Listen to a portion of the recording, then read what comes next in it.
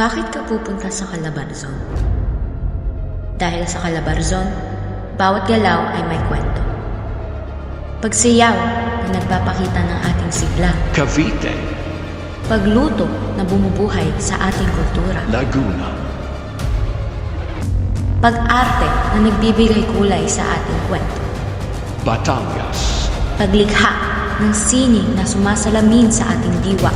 Rizal, At pagkanta ng himig na bumubuo sa ating pagkakakilanlan. Quezon, Ito ang Calabarzon, kung saan ang talento ay hindi lang ipinapakita, kundi isinasabuhay.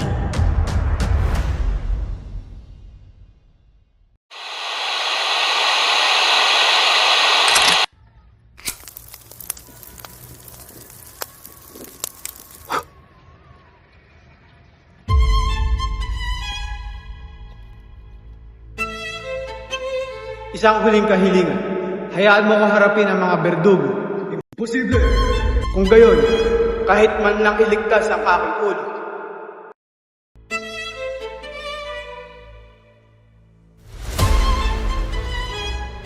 Sa ngalan ng Hari ng Espanya, kung sino man na magtataas ng boses pabot sa kriminal ay kasama mamamatay. Ihanda. Ikasa. Itutok. Consumatum est! Fuego!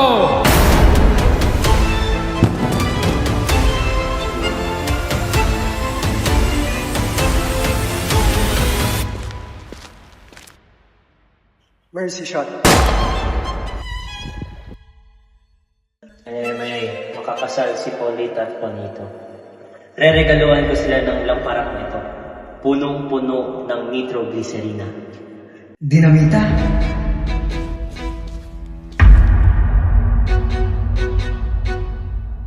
Ito ang mga luhang tinipre at inape. Ito ang perpektong oportunidad upang paslangin ang mga nangabuso sa atin. Senyor, hindi na ito tama. Marami inosente ang mamamatay. Kung kailangan ay magsasakripisyo.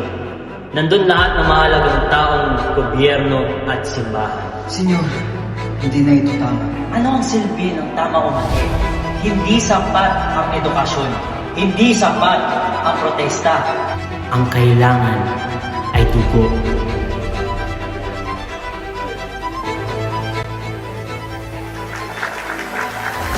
Uy! Napakagandang lampara ng ito! Tiyak maganda yung kalidad nito galing pa ng Europa, no? Tingnan mo dali! Tingnan mo ang ganda! Siyempre galing kay Siwan, mayaman yan. Grabe!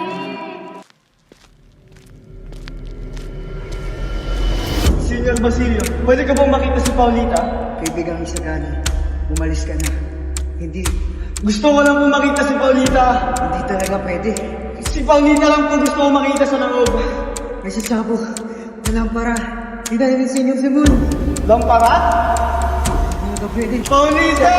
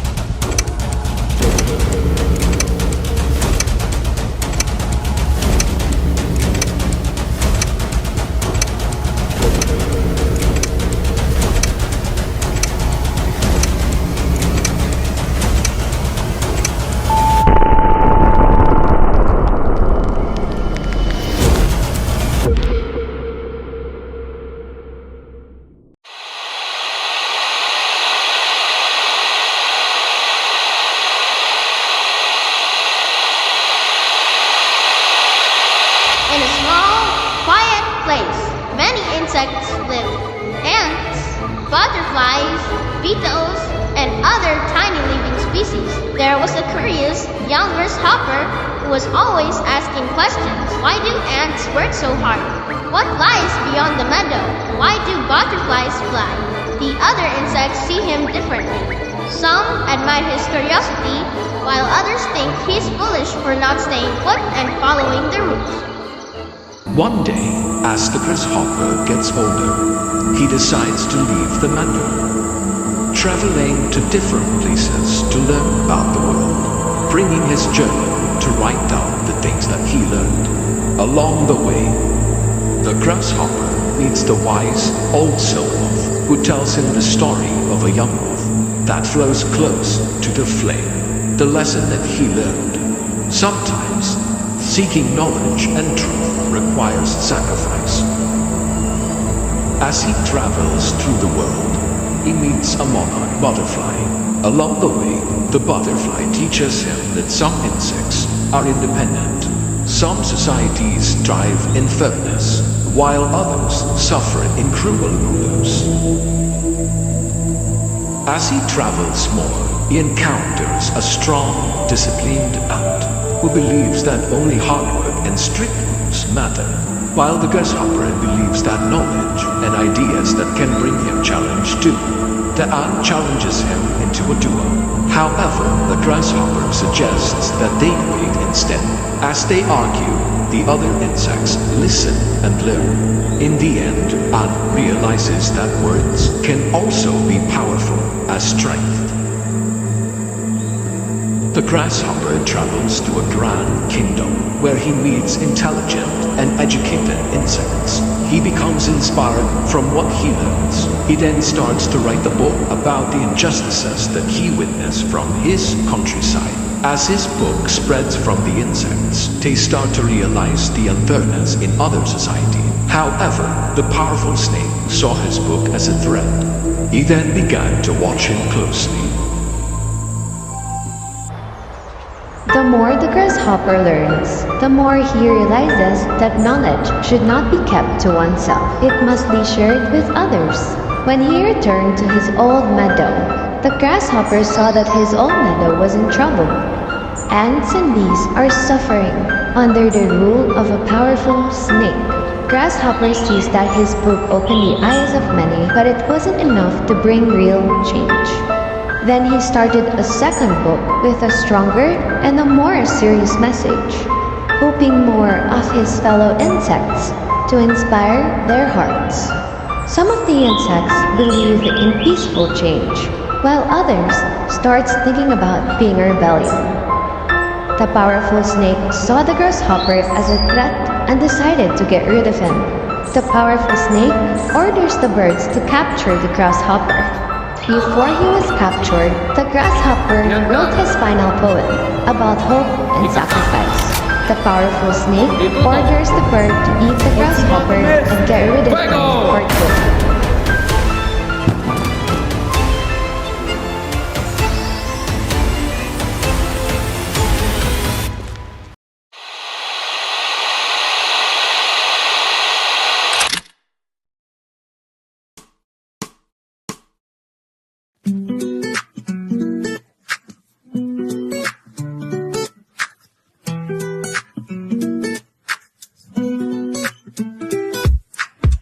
Bawat kanto, bawat daan, lagi kitang natatanaw. Di na malaya, nasa parehong mundo lang tayo.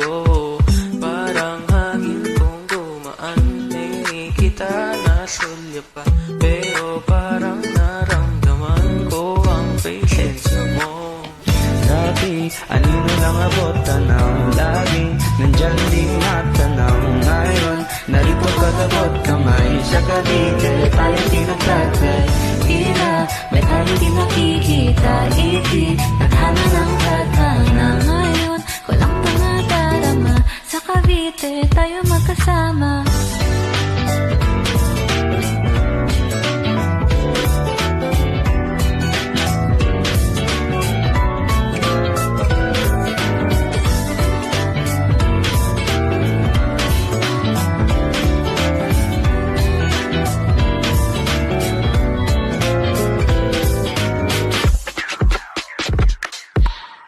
Sabi nila ay may mga linya na nakakonekta.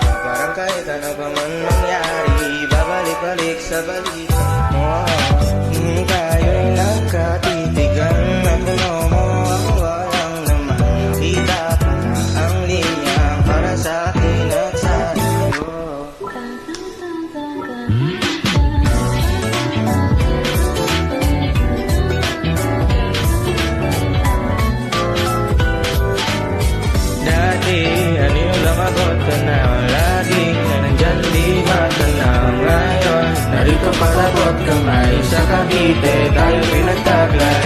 Tila may tanging di makikita. Ikinadanan ang tadhana. Ngayon bago na darama. Sa Cavite tayo magkasama. Dati hindi mo lang abot tanaw. Lagi nandiyan di matanaw. Ngayon narito palabot kamay. Sa Cavite tayo pinagtaglay. Sila may tayong di makikita. Itinadanan ang tadha. Ngayon kulang na nadarama. Sa Cavite tayo magkasama.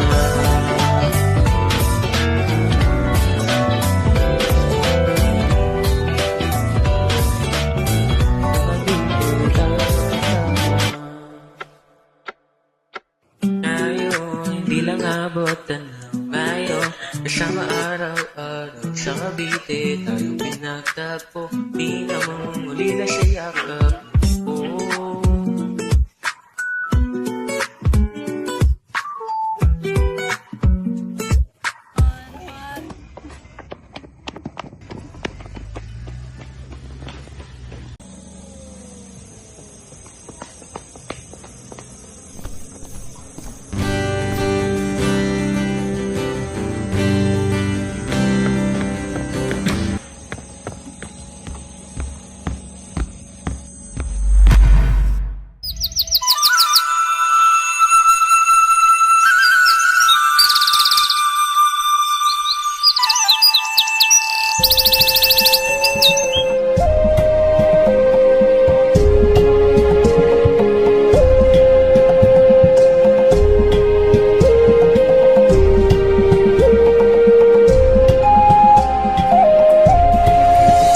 Diba San Isidro Labrador Payas Festival.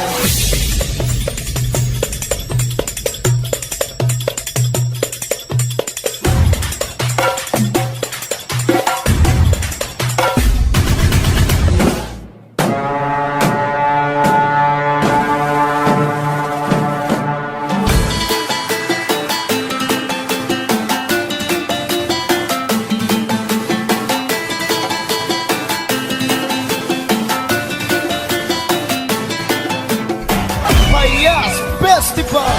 Show yourself!